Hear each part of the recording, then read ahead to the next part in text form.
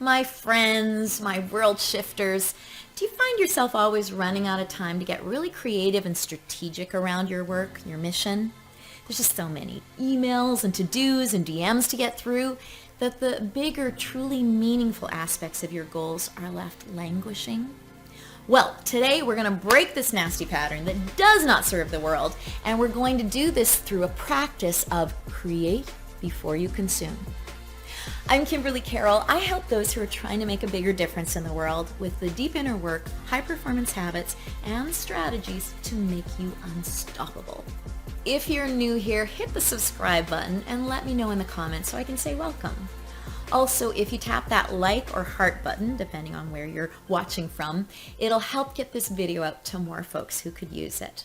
So I started experimenting with the idea of create before you consume a few years ago when I was seeing the same damn dreams around growing my business and activism show up on my goals list every year. And these were the types of projects or shifts that I was truly passionate about. Like, I knew they would be the only ones I'd care about at the end of my life in that rocking chair looking back at things. Yet somehow they weren't getting done. You know what was getting done? Fires were being put out, messages were getting answered, little to-do boxes were getting checked off, and squeaky wheels were getting greased. Boy, were they getting greased. And this was happening partially because I'm a big old people pleaser, or at least I'm a recovering people pleaser. Partially because the creative and bigger picture projects have a lot more of the scary unknown energy wafting around them that kind of paralyzes a person. And partially because there's just so much stuff to take in this digital age. Also, I don't know if you know this, but logistical tasks reproduce like rabbits. Okay, you check one off your to-do list and there's 3 more added. Meanwhile, the more meaningful work and activities that aren't as urgent or bite-sized get left by the wayside for months. I mean, sometimes years. So this is something I say to myself a lot to keep my time integrity in check. The way we live our days is inevitably the way we end up living our lives. So let me ask you this. Do you want your entire life to be about hustling around all the small little things? About reacting as opposed to creating? Or never truly doing fulfilling work? If not, you need to start creating before you consume on a regular basis. So the idea is making sure you do your creative or big picture planning work, which is creating, the first thing in your day before you fall into the rabbit holes of your email, your to-do lists, your social media, your Wikipedia. What constitutes as creating? Well, this could be writing, brainstorming, planning your next quarter, creating video. It could be fleshing out strategies, sketching, organizing your systems, writing proposals, creating your content calendar. It could also include your centering practices like meditation, journaling, movement. What defines these activities is they're not busy work. They're actually things that move the needle significantly on your sense of fulfillment or growth. Now, why do the create part first? Isn't it just good enough to realize that setting aside time for the creating work is important? Well, believe me, I've often told myself that I'll get to the creative stuff in the afternoon once I've gotten a few things done and I feel more relaxed to jump into the big picture stuff.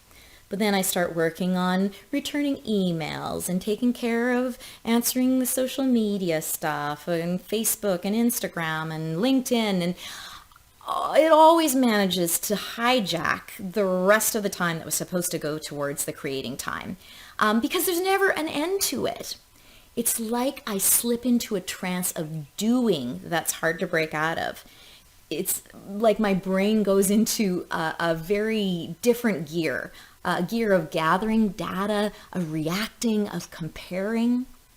Whereas to create and vision things into being, we need mental and emotional space. We can't be crammed up with a million pieces of thoughts and data.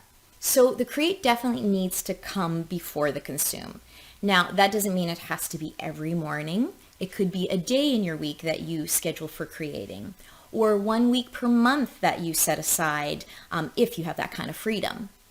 I tend to put a big portion of a day each week towards creating, and it's an appointment in my calendar that I'm committed to, like a doctor's appointment or a date with a friend. If I have to cancel it last minute, then it needs to be rescheduled immediately within the next week. Now, regardless of where you put your create time, here are a few tips that will help you to make it more successful. 1, plan what specific creative or big picture work you're going to tackle in your next create session. If you don't do this, you might get overwhelmed by the lack of structure and get paralyzed. I mean, if you've been used to putting out fires constantly, you might feel pretty antsy when you find yourself sitting there quietly with a totally blank slate there and nothing to hang your hat on. So give yourself something to hang your hat on.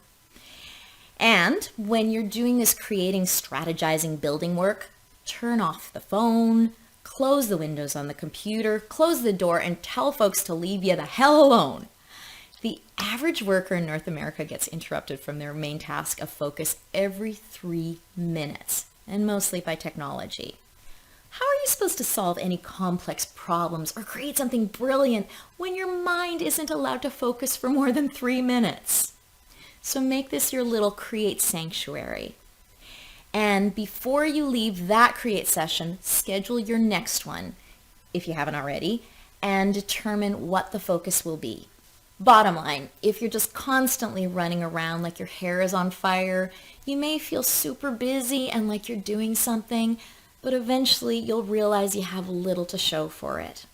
So this little practice, create before you consume, is actually a pretty powerful step in becoming more deliberate with your mission and your dreams.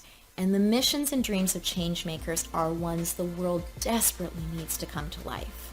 So do the world a favor and give yourself that create time. If you'd like more tips and practices on how to empower yourself and your mission, check out my free 5-part video series, Power Tools for Changemakers, at KimberlyCarroll.com.